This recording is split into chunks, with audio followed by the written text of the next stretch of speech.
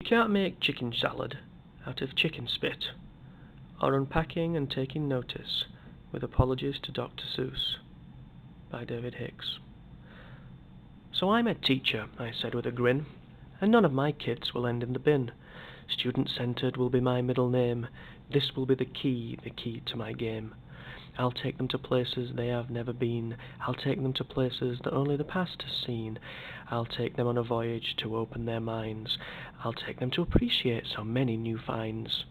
They'll be like putty in my hand as I pour knowledge into this merry band.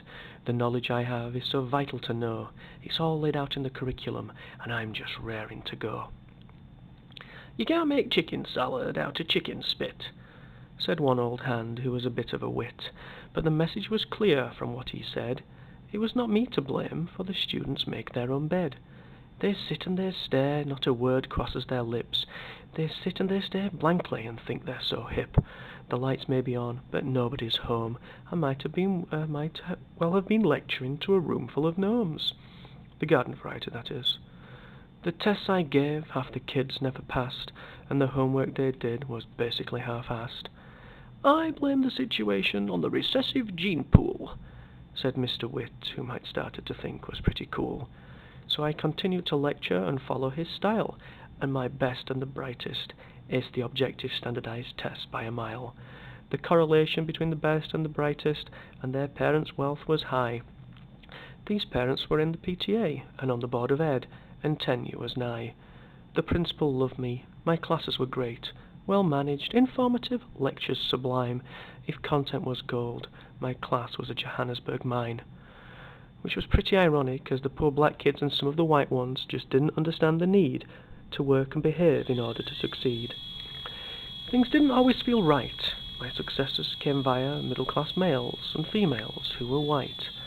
And then I started to see, how could it be that the majority of my successors were clones of me?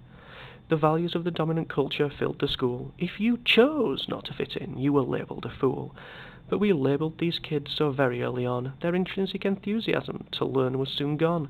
It seemed that our roles, our expectations and our tests helped maintain the hegemony, so we could forget the rest. Schools were purely an agency of social legitimation. My test results served as basic confirmation.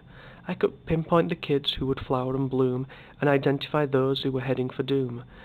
I went into teaching believing it was a noble cause, but was I a handmaiden maintaining the dominant culture's laws? On the surface things were going well, but for many my classes must have been hell. The irrelevance and lack of meaning was all that they felt. Into the dominant culture they could not, would not melt. You cannot do anything to kids who won't learn. We all want them to succeed. We yearn. But I was not happy at all. There had to be a way to break down these walls. The teachers felt powerless to effect any great change, and it seemed that many kids saw the curriculum as out of their range.